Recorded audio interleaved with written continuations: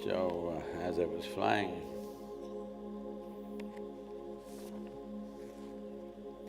a few months ago somebody was asking me, when we released the Eternally course, "Sadhguru, when do you write poems?" These days only in the airplanes.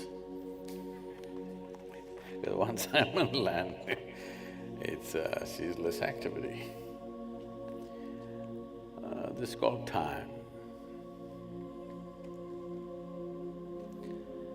As ceaseless mill of time rolls on without a footprint upon the space that it traverses, but at once leaving a deep imprint upon human experience and of course wearing life down towards its end.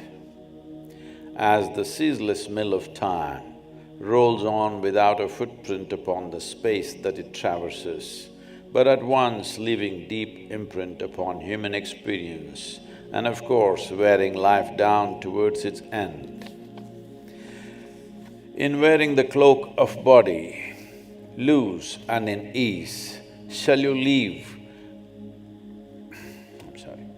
In wearing the cloak of body, loose and in ease, shall leave you uncreased by the imprints of time. In wearing the cloak of body, loose and in ease, shall leave you uncreased by the imprints of time. In becoming seamless space from being seamed substance, shall one know the joy of riding the cycles of time, as time can be a joyride or a crushing mill. In wearing the cloak of body, loose and in ease, shall one leave you… some correction. In wearing the cloak of body, loose and in ease, shall leave you uncreased by the imprints of time. In becoming seamless space from being seamed substance, shall one know the joy of riding the cycles of time, as time can be a joyride or a crushing mill.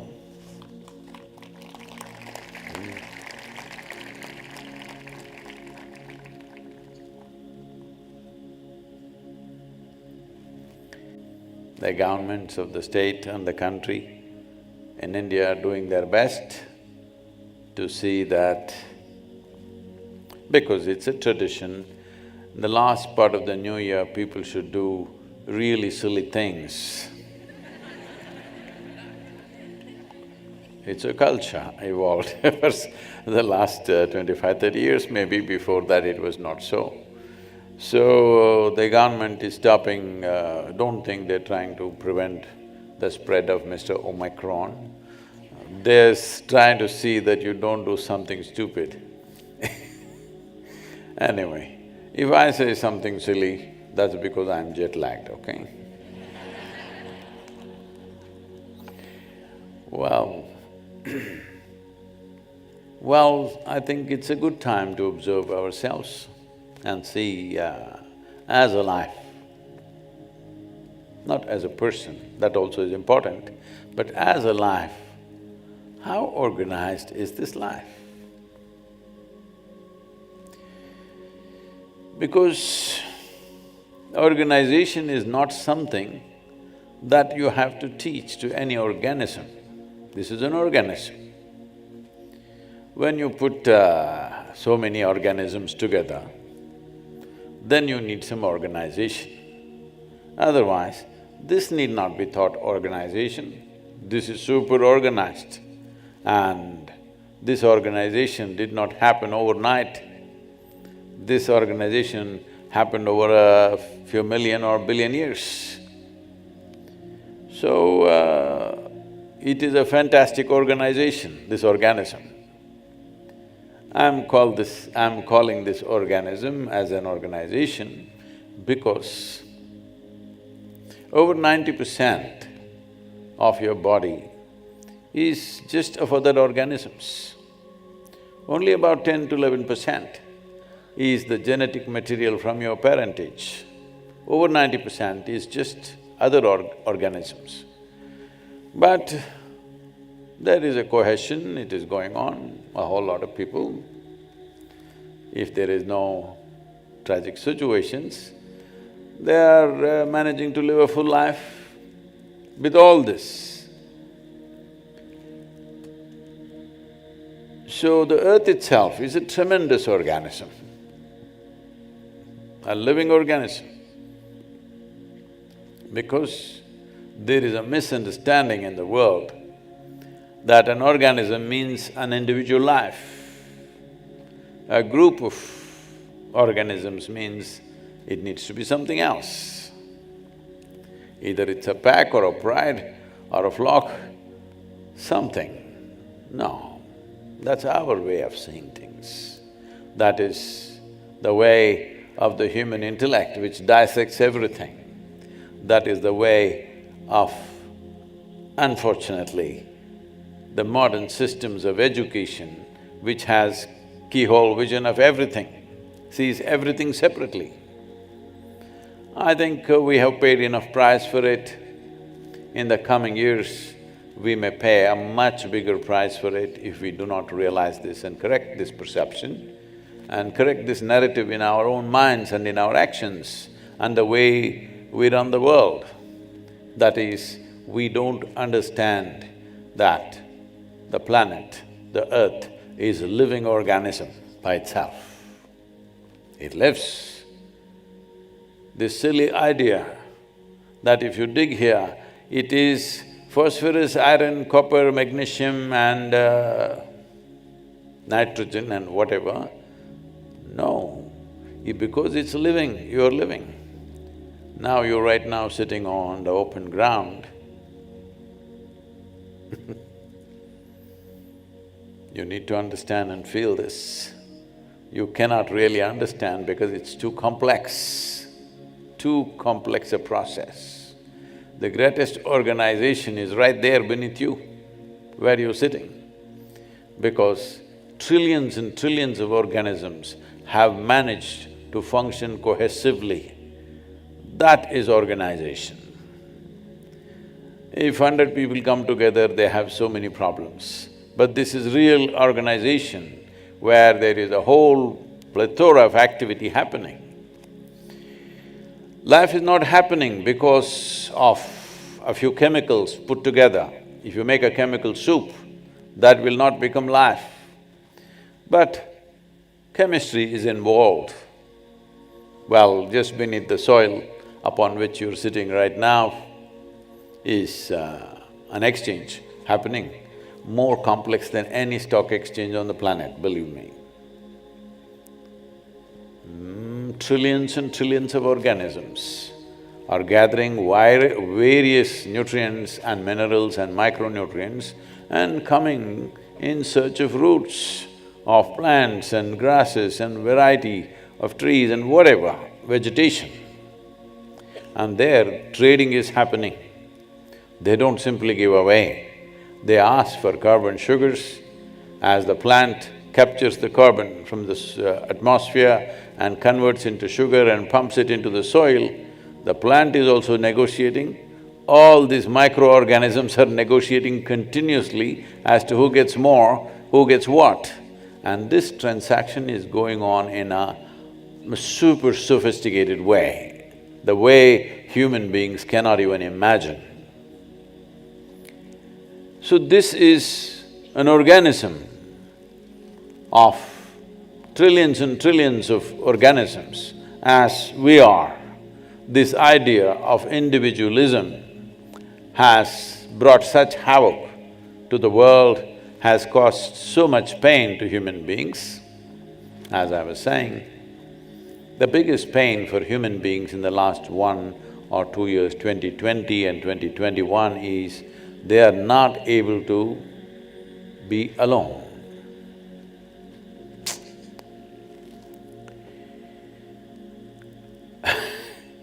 They are suffering loneliness. Of course they suffer if you put them with people. They will also make others suffer if they are with people. If they are alone, to such a point The University of Virginia study says 67 men and 25% of women, when they were left alone in bare rooms without any kind of distraction like a television or a phone or even a paper and pen to write something or read something, when they're just left alone by themselves, 67% of men and 25% of women chose to take mild electric shocks rather than be alone. All right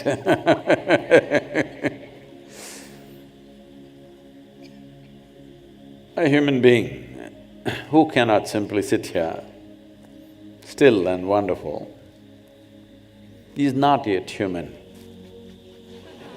okay? It's an evolutionary issue. Well, nature pushed you on. Hello, it even removed your tail, or are you sinking it in the earth? Yeah, all these little boys, tail gone or…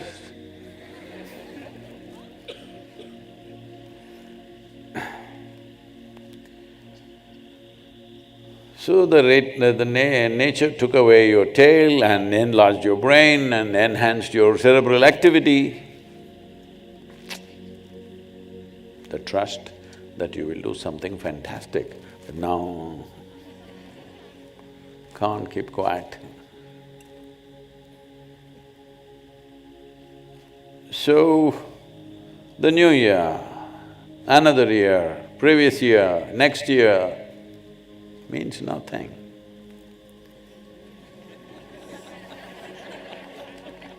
Because it's the same one, it's the same person.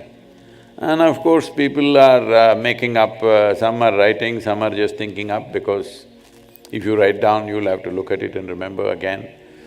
By tomorrow evening, it'll be forgotten the resolutions I'm talking about.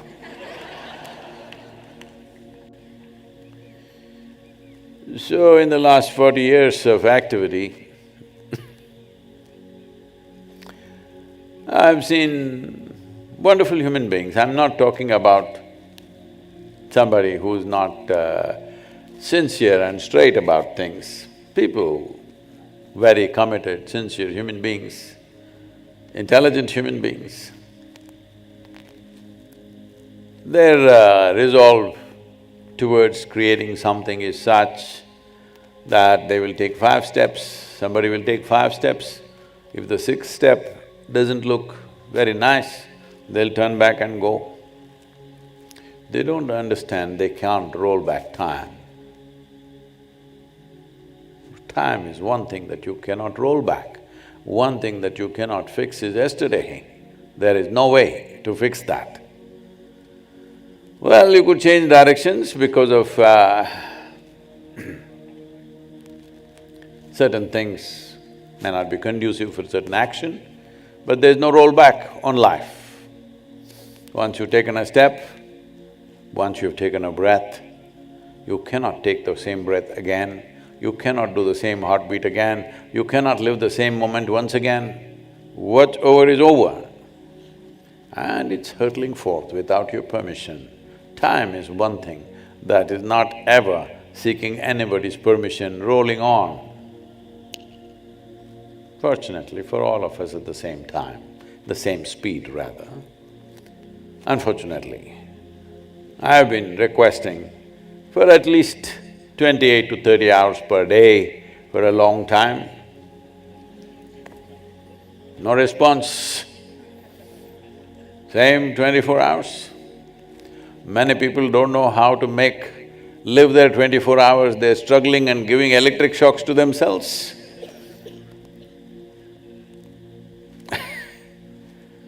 So, this is something that human beings have to sell, that is the profound level of organization that life is.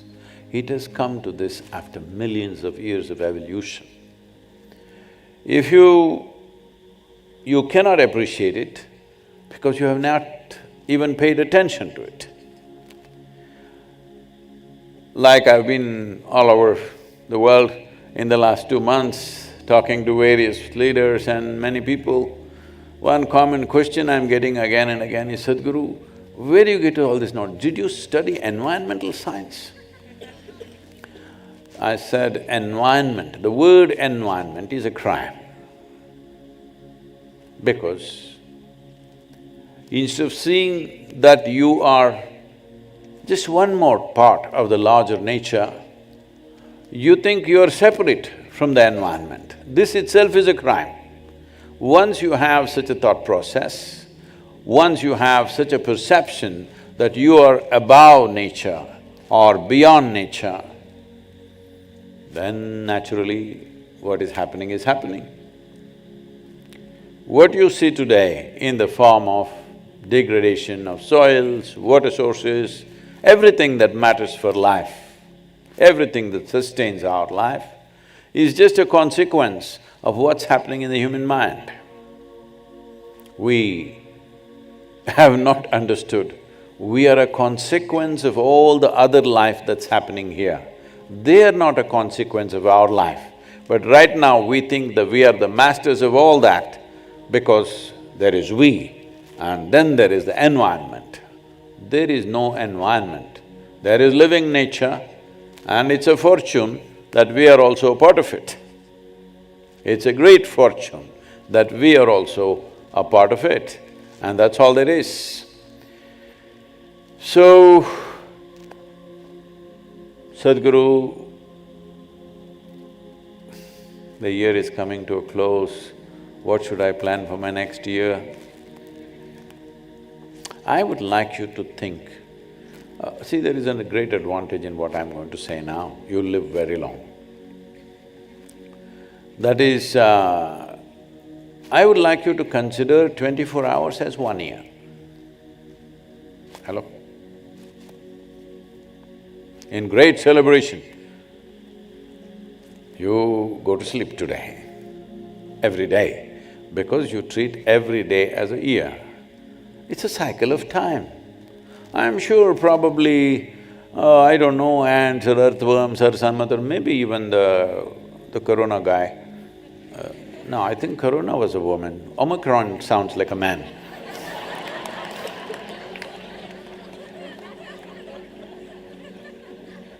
See, he's mild.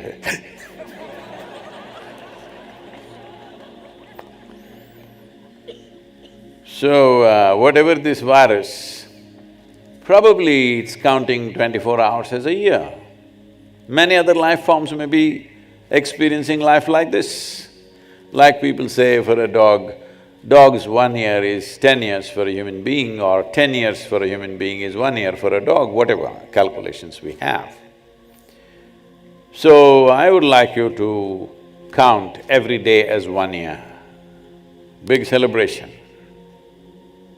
Of course, if every day is the beginning of a new year, why is it a new day as important as a new year? That's all I'm trying to ask you. Why is a new day, which starts in a most glorious way all over the world, spectacular sunrises happen, well, very few people have seen, others are watching on their phone screens. It rises any time you want on the phone screen, that's the advantage of that. So, when such a spectacular event is happening every day in the morning, why is it not a new beginning? Every day is a new beginning. Sadhguru, you're spoiling, we are planning a celebration, you're spoiling it, Sadhguru. No, I'm saying even 1st of January is the same thing. It is also worthy of celebration, but I'm saying every day it begins in such a grand way, it is worthy of celebration. Only problem is, your mental cycles have gotten into this phase that it needs a whole lot of support and preparation and lot of things. And why is it that you are not celebrating these 364 days? Only 1 day you're trying to celebrate. I'm not trying to say you never were happy, you never were joyful this year, but I'm saying it's extremely important because The nature of life is, it's rolling away. That's what a new year means. That is, it's not stopping for you. Whether you were locked up in the house or you're locked up in the office or you were in the gutter, doesn't matter. Time is rolling away. Time is rolling away means life is rolling away. So when this is the nature of life, that time is a ceaseless mill going on, there is a different way to approach time. The most important thing is that a human being has to learn to be still. So if I don't do anything, will it be useful?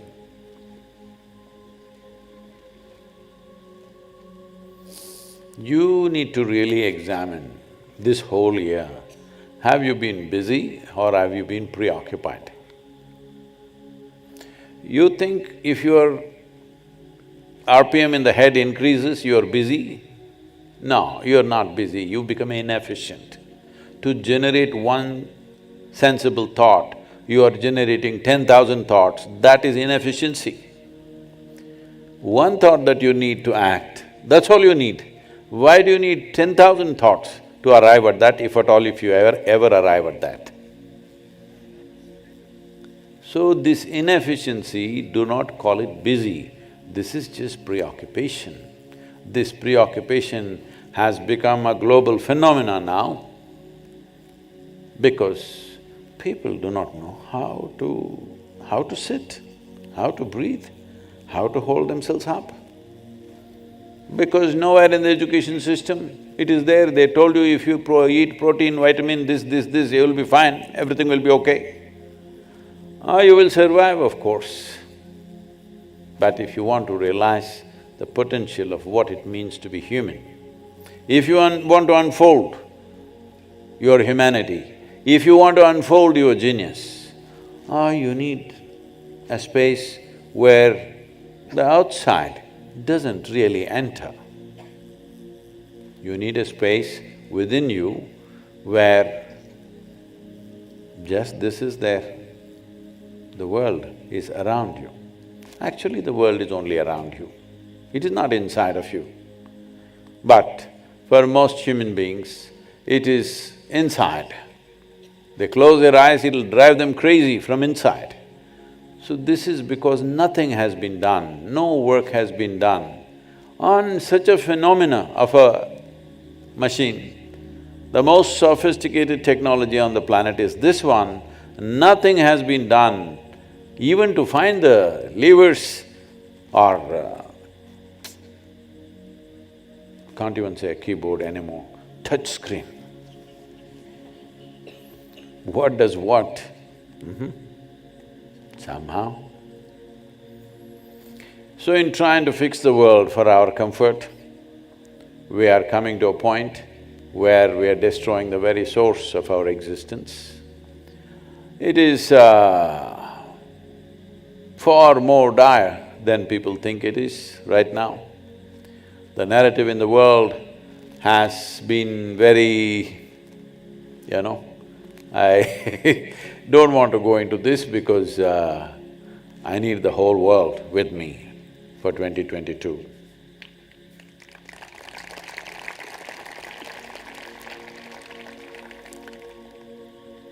Because this will not happen unless everybody involves themselves. The question is not about who caused what, because always movements have been run by creating an enemy. This is what is unique about Isha, that there is no enemy, but we are still busy all the time. Because we know we are responsible for everything that's happening. We may be directly involved, we may not be directly involved, but we are 100% responsible for everything that every human being does in this world and everything that's happening and not happening. Because this is what consciousness means, this is what becoming a human being means, because every other creature is structured in a way that it is defined as to what it is. The only undefined life on this planet is the human being. And this is what a whole lot of human beings are suffering. They would like a definition. This is why they attach themselves to a philosophy, an ideology, a religion, a belief system, because they're trying to put themselves into a definition. But the greatest beauty of being human is, this life is not defined. It is not defined means it's free, that's what it means. But freedom is a scary thing. You would like to be among the four walls because freedom looks like scary. But that's what you always strive for unknowingly. When it comes, you're afraid. This is something to be addressed. This coming year, I hope every one of you will address this fundamental aspect. Are you living to be free, to be liberated, or are you living just to establish more and more bondage in your life? Because bondage is a definition of life. Life is moving from clear definitions to definitionless space. A human being has to be in a definitionless space. This definition of race, religion, nationality, ideologies, philosophies, how much pain we have caused to ourselves and each other. How much? It's you cannot gauge it, how much pain we have caused and how much pain we're continuing to cause simply because we're trying to create artificial definitions to a life that cannot be defined. So this is what yoga means, that the definitions of the body, the definitions of the boundaries of our mind, we obliterate this and become definitionless, because that is the nature of the existence. So he just makes his presence felt now when I talk about it. It's all he's just making a statement, he's copying everything from me, it's me. I'm not saying no.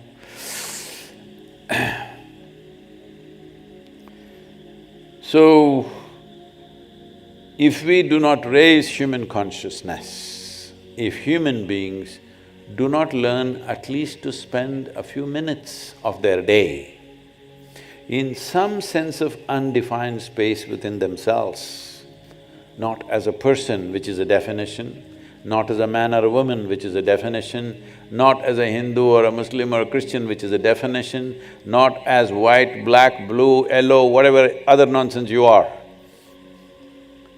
All these are variety of definitions. Just to be here without definition. In a way, that is what to be meditative means, that you're undefined, simply, as life should be. Because your ideas of individuality are definitions that you've made up in your mind. As you sit here, as I already said, as you sit here, without the umbilical cord of breath and bread, you cannot exist. Where is your definition, I am asking? At a much deeper level, there are trillions of organisms functioning here which have nothing to do with you. They don't know it's a new year. Hello? All these guys who are here, they don't know it's a new year and they don't care, because they're every day on, full on. So at a time like this, or at any time for that matter, an intelligent human being will make use of every situation for his or her growth. A fool will make every situation turn against themselves and cause pain to themselves and to everybody around them. This is all there is to life. Is your brains working for life or against life? So, if you lived a year full of foolishness and suddenly tomorrow morning with resolution you will come awake, no, one has to strive. But at the same time, a human being can make up their mind. If you're going this way, you can make up your mind, turn around and go this way. You have the ability to do this. I'm telling you, you are the only one who has the ability to do it upon this planet as a human being. All other creatures are ruled by pre-existing definitions within themselves. They can only do that which they are programmed for. This is the only one which is largely unprogrammed. So you can make up your mind. You can make a conscious decision as to how I will be. This is not a small privilege. This is the highest privilege and freedom that has been entrusted upon life upon this planet. No other life has this kind of freedom. But if you are still struggling to fix boundaries, if you are still wanting to create your own little I usually call this pea kingdom because you see the dogs going peeing all over the place, not because they have any urinary problem, it's their kingdom. They're setting their boundaries. Setting boundaries is not the nature of the human being because once the brain flowered, the cerebral cortex expanded, the longing to expand limitlessly is the nature of the human being. There is still an animal within us as a part of the evolutionary process which has strong survival instincts. I am not saying survival is a bad thing, survival is a good thing, but if you wear your body too tight, I'm not just talking about clothes, I'm talking about the body. If you wear your body too tight, you will not know all those things, you'll only have survival instincts. Eating, sleeping, reproduction, these are the only three things which will rule your life. We must evolve. The virus has given us a break from many things to look at things little more carefully, not to sit and fret, not to sit at home and fret, to sit at home and look at what is the nature of my life, what is it that I'm missing here. Why is it sitting, standing seems to be uncomfortable? What is it? Time to look at it. You don't need any scripture, you don't need any teaching, you don't need any guru. Your intelligence is capable of figuring it out. Somebody can direct you, see if you do it this way, you will arrive there quick. That's all. But every human being has the necessary intelligence to do this, but still not happening.